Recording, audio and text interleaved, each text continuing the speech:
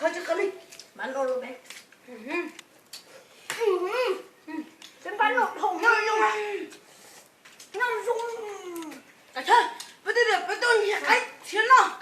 Để chúng ta bây giờ cái tiếng gì bên lắm nó. Nó còn lo gì cũng bao lắm. Mà trong lắm bao.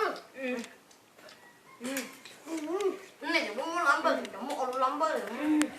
Không sao.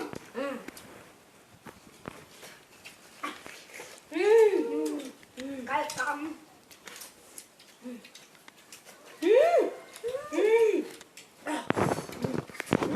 Mà ngon. Ê đã tổ hơn. Bà bố nhân tội. Tao cũng ăn cua. Phải mà bánh chén.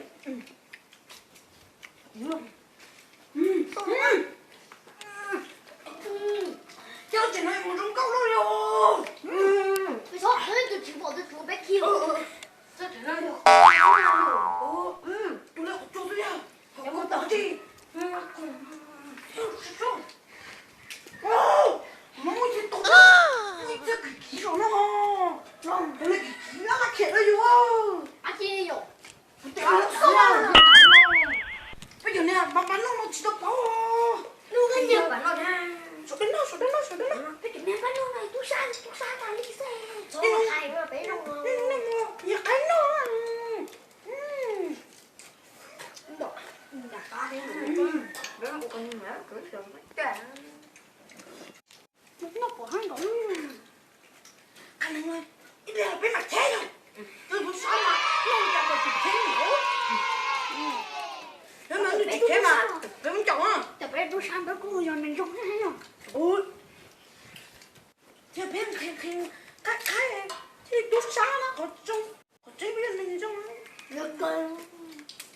ôi dào Nó. chỗ này nóng đúc trời ơi chỗ này nóng đúc Nó cười rồi. Bảo nó sao. Nó sáng à. Ôi bảo. Nó sao vui.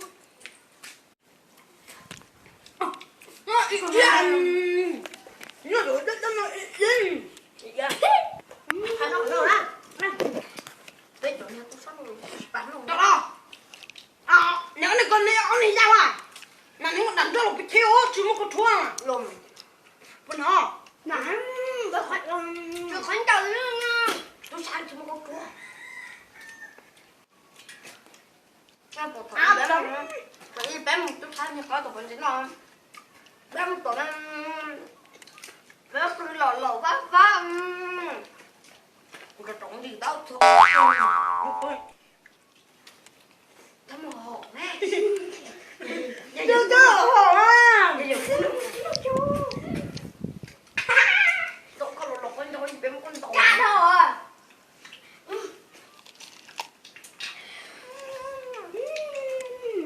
ngọc đam Nó ra. Nó buông cái thịt của nó. Yeah. ta mà mày ăn đi đâu muốn đắm cái rồi chết nó thế thì nó mà ví dụ nó cưa mà nó biết ăn nhiều cái đua giờ nữa giờ rồi nè nhìn đâu mà cứ nó nó nói tôi xa chúng nó cảm rồi Nó chỉ là. nó chịu Oh no chỉ có mà chỉ bị kia phải phải. thế sao nghe mà đã lên gió trên nè nè thì sao phải Tôi đi đi. Tôi thấy tôi. cho sao chết nè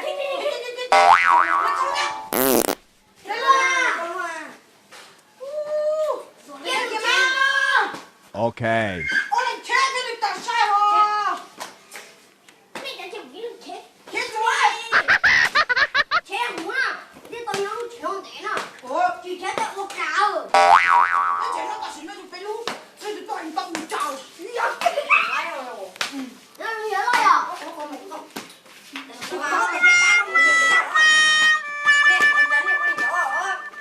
quay chúng anh nè nhìn lô bên này lắm tao không được nó thế không á